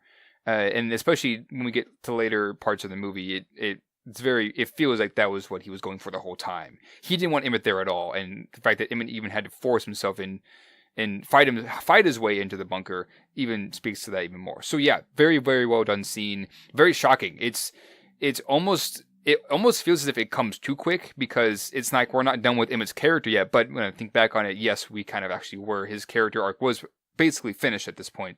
But yeah, very, very well done scene. Emmett has always been a thorn in Howard's side. And we see that on multiple occasions. The first time, because Emmett knocks the shelf over, Howard just yells at him like, "What did you do?" Like just some horrible thing. You think he's like beating the snot out of him. And then he later says Emmett destroyed a week's supply of food, which he's sorry for. And then when Emmett comes into the room and asks Howard if he's watching, he asks him if he's watching 16 Candles. And Howard says, "No, I'm watching Pretty in Pink." But right before that, Howard is like, "Can I help you with something?" Like, Emmett is always just a nuisance. Like, even when Emmett's talking at the table, he tells him to shut up. And Emmett's a big thorn in his side. He wants to get him out of here. So he was more than glad to eliminate him. And, cause really what's he want is him and Michelle to be together. And, I was really thrown off when he shaved. Yeah. I know we mentioned this earlier. This is just a weird scene because it almost feels like he is trying to get with her. Subtly, of course, but yeah. Weird when he's shaved, changes clothes, he looks a lot nicer. He's wearing bright colors. It's like a teal shirt with a white undershirt, and then khaki pants. Like, that's so weird. I think he combed his hair back too. It's clear he was dressed to impress. It's odd. Well, you clearly can tell they have taken the time to furnish Michelle's room, which makes it very much like Megan's room now, and now the full dynamic is in swing, but we don't get to fully see it because Howard quickly realizes what Michelle's been up to, and he grabs her by the hair, throws her, and from here it is all an all-out thrill ride until little moment of calm towards the end, but even then it's not. So I put in my notes, Don't have the words, had to just start watching. Yeah, and this is kind of where, once again, that sexual predatorness maybe comes out a bit more. She tries to escape him. Luckily she does. But yeah, that scene when she knocks over the barrel of acid. Oh, yeah. And he kind of falls onto it, and he comes running after her. That I found almost very terrifying just because I didn't know what his intentions were once he caught her, you know. But yeah, very, very intense scene. I love how we actually get a brief view of Emmett dissolving in this tub. Ooh. Just very brief. And that's one thing I actually really enjoy about this movie is that it almost feels as if it was accidentally PG-13. Like, it just so happened that that's how it ended up being. And it's not like they were trying to market for a PG-13 movie, but it just ended up being that way. which I find to be quite impressive when a movie I forget that it's a PG-13 movie, which a lot of the time you usually can tell just because of how they're constructed. Well, this is a great sequence from here on out when she just goes into survival mode and she starts sticking up for herself. She kicks the barrel of acid. Yeah. A great thought. She goes and grabs her gear because she needs that to get to the surface. And she kicks the shelf over on Howard, which was actually going to be a deleted scene of her and Emmett catching a shelf before it fell over, so she knew that shelf would be easily to knock over onto him. I'm glad they left that out. There's no reason for it to be in there. It does work.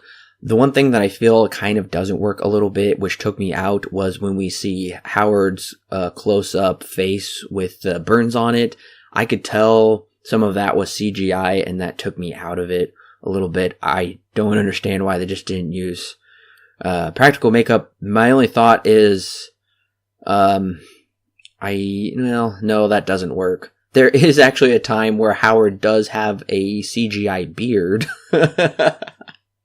Really? Yeah, but you wouldn't notice it. It's when Michelle is crawling through the vent the very first time, not this time. The first time to get the thing started back up. She looks down and Howard says, like, "Are you doing okay?" That brief scene, he had already shaved and they had to put a CGI beard back on him, but it's quick and it's unnoticeable. Gotcha. I didn't notice that at all. Yeah, you see it through the vent, so yeah, there's really no way you could have. I think my only issue, well, I guess I have a couple issues, small ones once again in this scene.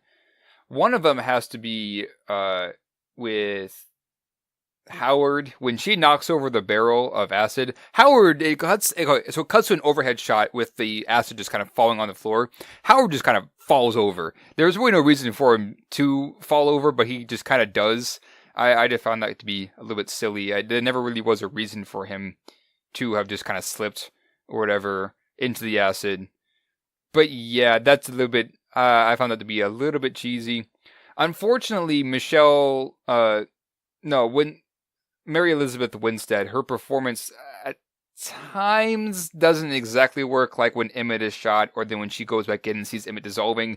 It's like, oh dear, what is that? And then she just moves on. There really isn't much, as if there's not really much there that she gives. I feel like she should have given a lot more. That it showed that it impacted her in some kind of a way, and instead she kind of just brushes it off. Could be that she's trying to, at least in this scene, she's trying to get away. But in the last scene, we move on really quick before we really get a moment to see her really suffer and grieve over Emmett. I do like the foreshadowing of how Howard tells her about the lock with the frozen stuff, and that's what she uses to escape early on. It's really cool that she remembered that he told her that, and she planned on using that to get out of there. And once she's out of there, it is kind of about twilight, sunset. It gets dark pretty fast. I really like how the noises come into play. I guess that clues her in that it's okay to breathe. Otherwise, wildlife would not be clearly alive and flourishing. And I gotta say, the shot of her standing on the hood of the truck, looking out at the horizon and the alien craft just in the distance coming towards her, I think is a phenomenal shot. And that's great. Yeah. There is also one shot when she just exits the bunker, and she's on the very left side of the frame, and then the truck is on the very right side of the frame, and you have the sunset in the background, and you have the blue to orange gradient, and the cornfields all in the middle. It's also a great shot as well. I really, really enjoy it. It also kind of goes to show that her way to escape is so close yet so far. Very interesting cinematography here that they implement as well. Really, and I wonder if this scene alone was shot all in one night. I mean, I doubt it, but it makes it feel as if they did, because as they cut from one to the next, the night just kind of progressively gets darker, obviously showing a passage of time. So I just wonder if that was that really happened. Once again, I highly doubt it, but it looks like it is. I think All shot in one night. I think that does complement the editing, because the editing in this movie Yeah. is very well done. Right. Yes, I totally agree. Okay, Alan, so I want to know, I remember when you first saw this movie, you had a really big issue with this end because of just aliens. Okay, aliens are here now. Has your view changed? Are you okay with it now, or are you still kind of in the middle with just, I don't know. I want to know. Yeah. So my view is still very much the same, but I'm not nearly as jarred as I was the first time. I did see a lot more of the foreshadowing the second time around. That kind of alluded to the fact that, okay, yeah, maybe there really are aliens. And now, once we get to this ending, we do see that there are in fact aliens, and that Howard was probably right. But I can't ignore the fact that this scene is just so aesthetically different from the rest of the movie, and it really takes me out of it. I really don't enjoy this ending. I find it to be really kind of silly, because at least in this scene, it feels like they were just forcing it to be a part of the Cloverfield saga. It didn't feel like it needed to be here. This movie went on 10 minutes too long with this alien sequence. It doesn't, I don't feel like it ever did much for Michelle's character, except when she makes the decision to go to Houston there at the end, which really we didn't even need this scene before. It feels so generic for me, this scene, because it's like, okay, well, we need an action scene, I guess, but it doesn't fit with the rest of the movie. Maybe if they had kept this ending scene as subtle as the rest of the movie, then it would have worked a lot better. Or maybe if they just cut it off, they just cut out this scene entirely and just had her driving down the road, and we find out, okay, maybe there actually was an attack and stuff like that. I don't feel like we need this alien attack scene. It just doesn't work for me. I feel the exact opposite. When I first saw it in the theater, I had already seen the previous Cloverfield movie, so I knew there had to be something to do with aliens. But honestly, we're nearly to the end. So I thought, oh my gosh, could this be a huge twist, and a huge twist on us, the audience, and this will have nothing to do with aliens. We won't have anything to do with it. Well, it turns out that was not true at all. They saved it for about the last 10 minutes. Of course, there is foreshadowing in this movie, but it's so subtle and ambiguous that you're very unsure. I really enjoyed this final sequences. Yes, it is very different from the rest of the movie. It feels really different. I clearly understand what they're trying to say, that the first movie was about this tiny, small people dealing with a huge monster, and now there's a microcosm of that down in this bunker, and she has to deal with the effects out here. I was kind of confused when I first saw it in the theaters how this fit in with the timeline of the first movie, because I could already tell there was some kind of confusing issues. I assumed that this was taking place in a different city right before the Cloverfield monster came, and there just so happened to be more aliens coming in that looked totally different. But then you also have to take into the fact that she's using a newer iPhone than the one in 2008. This is 8 years later, so clearly this movie does take place in 2016 because of the technology. But these monsters are totally different than the first one, and I think that does kind of surprise the audience. I gotta say, I knew the aliens were coming, but I completely forgot about the alien dog. What did you think about that? I don't know about you, but I saw a reference to Alien. Oh yeah. In this scene, when the first mouth opens up and the second one kind of comes out and whatever, reminded me, I think it was a homage to Alien, just with that alone. Yeah, I mean, they're fine. I honestly am really just not a fan of this ending scene. For a movie that has spent so much time being so subtle, I just wish that they would have done so much more with this ending scene, personally. Alien dog, it's fine, I suppose. Well, I do technically, I guess, have a few issues with this end. And the first one is when she takes her mask off and then they gas the place. It just doesn't really add up. And then she takes it off again when she gets in the car and she's driving. She's got to be poisoned somehow. This kind of stuff doesn't just dissipate that fast. The other thing is when the car is dropped and she just walks away completely fine. That is 100% unbelievable. I gotta say, they did some really incredible job though. Okay, you know the house that she starts running towards for whatever weird reason, like she thinks people are living in it? That didn't make any sense. Well, those are the neighbors that she saw in the shed. Or the neighbor, I guess. I believe that there's their house. I assumed that was Howard's house, and the woman in the shed was the woman that slammed her head against the bunker.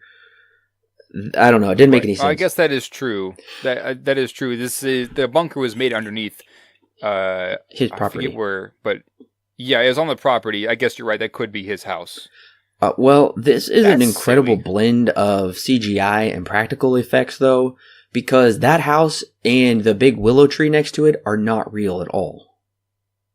Really? That is 100% CGI. I always thought that was a real house and tree. Huh. Interesting. Well, yeah, I thought that was real too. I didn't know that.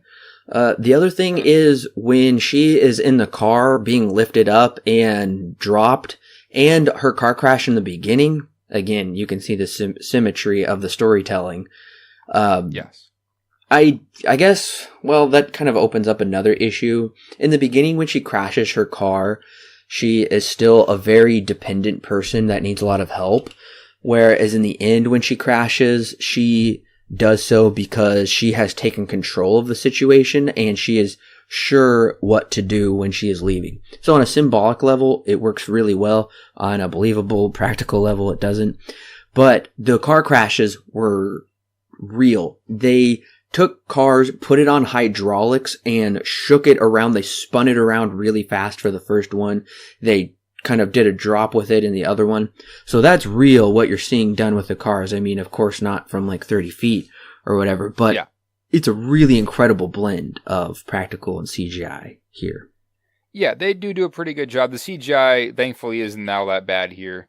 I mean, you can still tell it's CGI, but it's not distracting, I felt. No. The fall is completely unbelievable. She has no marks on her whatsoever.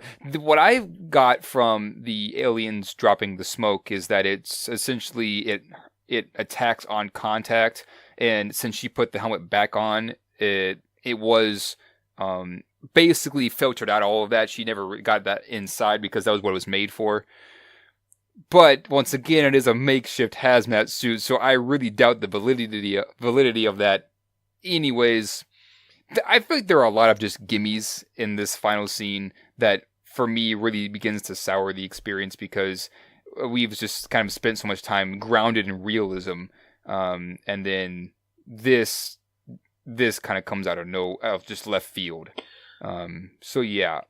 I don't have the same problems or same feelings with this scene as you do. I think it's an incredibly exciting climax. I do love when she turns on the radio, it says they've taken back the southern seaboard and they're winning.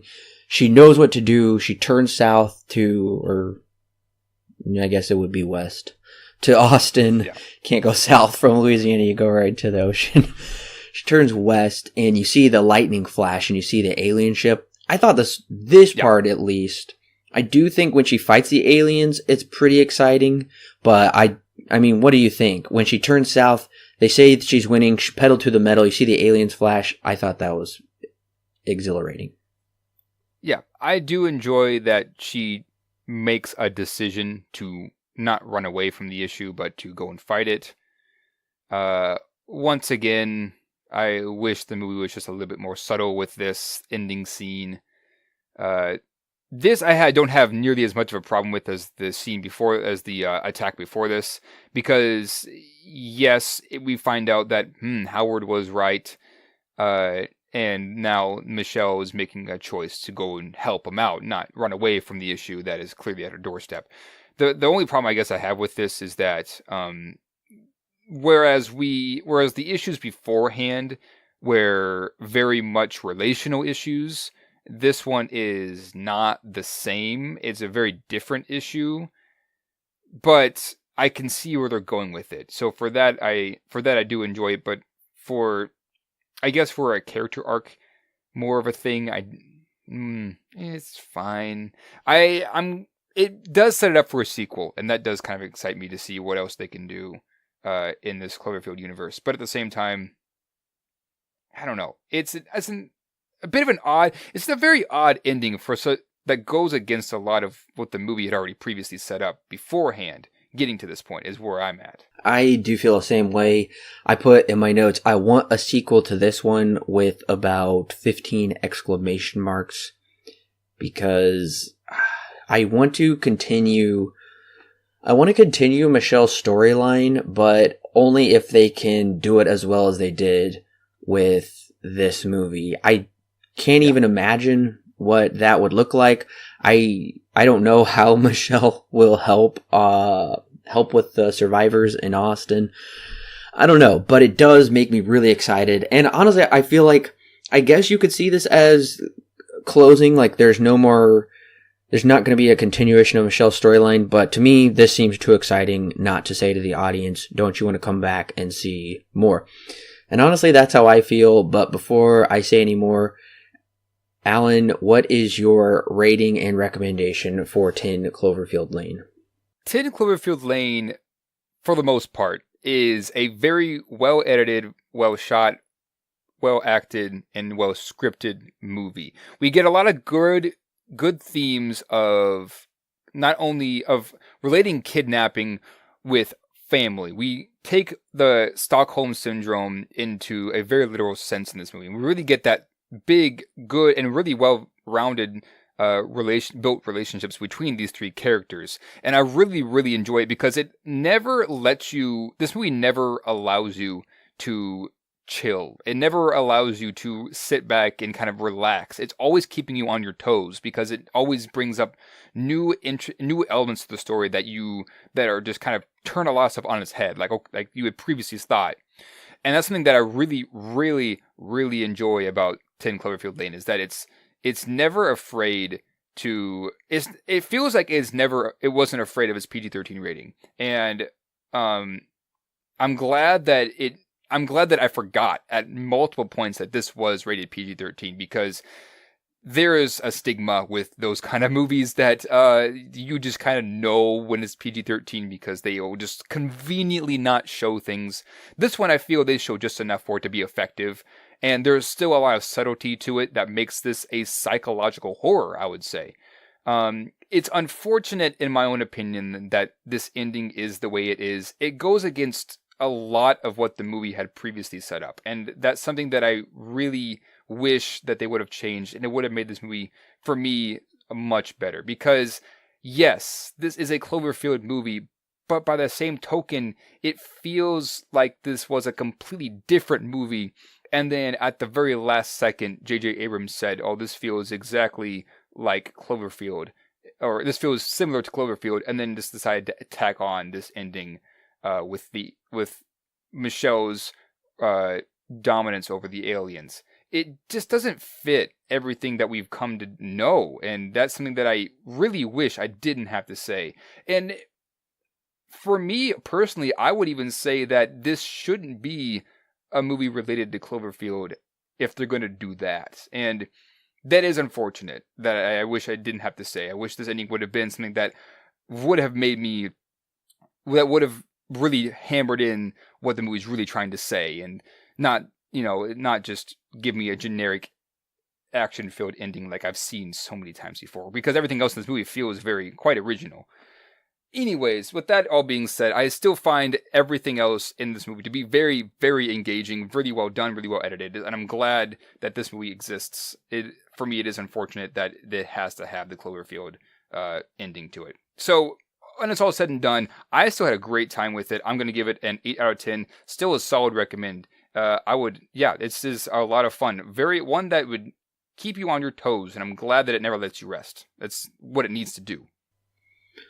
From the production to the story and to the acting, I feel 10 Cloverfield Lane is nearly a flawless movie. Like I said, here at the end, there's just like a couple things that just didn't seem believable, but honestly, those are so minor to me that those don't knock they don't knock the film out really that much at all. It's maybe just a tiny little pinprick here or there that I can easily overlook. I've already said my thoughts are different than Alan's. It was the same way when we came out of the theater when we first saw it for the first time. But honestly, guys, this movie is, in my view, this is a perfect movie, essentially. I can't really find any flaw with Cloverfield Lane because the casting, the acting is so incredible. I'm so surprised this movie did not get a couple Academy Award nominations. The editing, the cinematography is amazing. The score is just incredible. The acting and chemistry, and of course the story is, like Alan said, really original, and I like how it takes something original and still turns it on its head, and almost kind of flips genres there at the end and does a really major twist.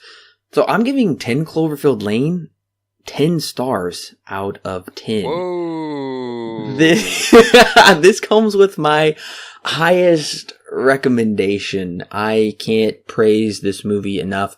This, to me, is Hitchcock reborn. And I want to see more movies like this because I'm a diehard Hitchcock fan who loves his work. And when I came out of this theater, I was like, oh my gosh, Hitchcock is back. That's why I took my family to go. They're huge Hitchcock fans as well. That's why we went to go see it again 2 days later. And I have just fallen more in love with this movie ever since. It is just so incredible. One of the most unique original movies of the 2010s, if not the centuries thus far. Anyway, it's big for me. High praise there, bud. Oh yeah, I know. Yeah, I can't say I feel the exact same way. I do want to preface what I said earlier. I didn't say it was very unique. I said it was pretty unique, but I understand what you're saying. Yeah, I can't say I feel the same, but hey, to each his own, I suppose. Yes, I do really enjoy the Hitchcockian elements. They are prevalent throughout this movie, and there needs to be some because this is a very Hitchcockian story. If they wouldn't have tacked on the ending, maybe I would have felt more of the same way that you did. But yeah, it's still got some great elements to it. Don't take what I said about the ending to ruin the whole movie, because I don't feel like the ending for me ruins the movie completely. It just, the last 20 minutes are just unnecessary. But I understand where you're coming from. Thank you, listeners, for joining us with the second installment in the Cloverfield retrospective series. Make sure to stay on the lookout for a lot of more YouTube content. Now that my Movie Pass has come in, I am able, yes, it only took 75 days. I guess the Pony Express is still in use. You gotta love it when you order yours like a week after mine and you don't get yours for 3 months. Pretty much. It was a very bizarre experience, but thankfully, after ignoring me for quite a while, MoviePass decided to listen to me, and they got my card out to me, and yeah, I'm really looking forward to it, because I've been wanting to give you guys more YouTube content, and now I can, so I'm excited about that. And look for us next time. We will be continuing our Jurassic Park retrospective with Jurassic Park 3, leading up to the release of Jurassic World Fallen Kingdom. And we will also be coming back with Halloween 5, The Revenge of Michael Myers, leading up to this October's brand new release of the unknown titled Halloween film. But I gotta say, that's probably my most anticipated movie. I'm super pumped over it. And of course, just make sure to check the website and other things for more great content. I'm going to let you in on a little sneak peek. I am in the process of watching all of the James Bond movies. I will be writing a guide for you for the James Bond movies. I know Alan has his anime series that he has the first part up right now. The other parts will be coming soon. So just make sure to be on the lookout. Also, as of this recording, the new Han Solo trailer dropped today. So I gotta say, yes. I'm a little more excited for the movie now. Yes, very true. Do we want to kind of talk about the schedule for the rest of the year, that we've got it all worked out?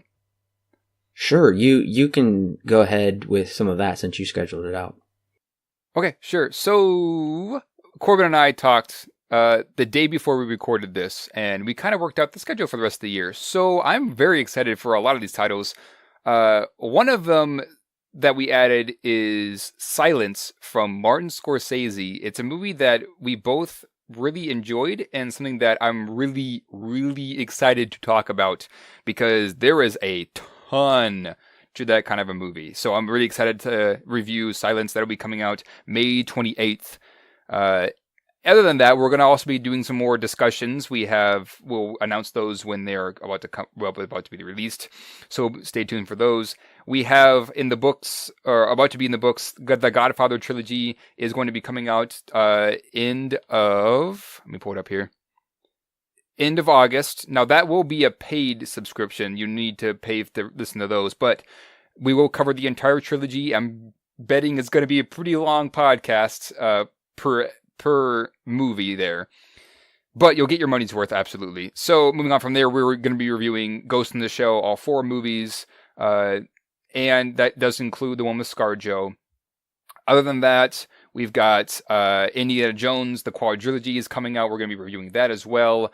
And something personal to me is we're going to be reviewing the Three Mothers trilogy leading up to the remake of a movie called Suspiria. Now, I'll keep my story of Dario Argento a little bit of a secret, but he is a director that I've come to really love recently. And I'll explain that when we get to that. So that'll be coming out in about mid-September. There isn't a release date yet for the Suspiria remake, so that'll end up being a bonus podcast for you guys, I'm betting. Other than that, we are also doing the retrospective for Damien Chazelle, so we'll be doing all 4 of those movies leading up to the release of First Man, which I'm very excited for, and we are going to be reviewing a lot of Hitchcock in the coming months. We'll begin the retrospective at the end of the year here, and then we'll kind of continue it in the next year and maybe even the year after that, because he has a lot of movies that we have to get through. So that's essentially the schedule that we have worked out for the rest of the year. I'm sure it'll be coming to the website very soon.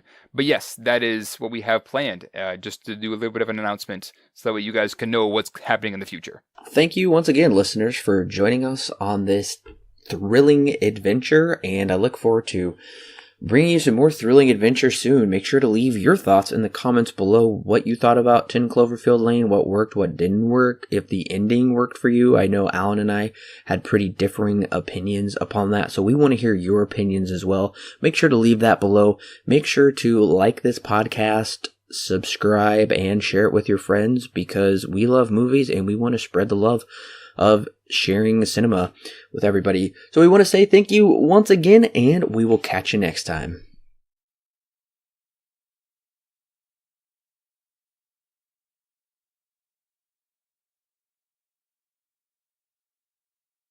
Right. Yeah, that was a car.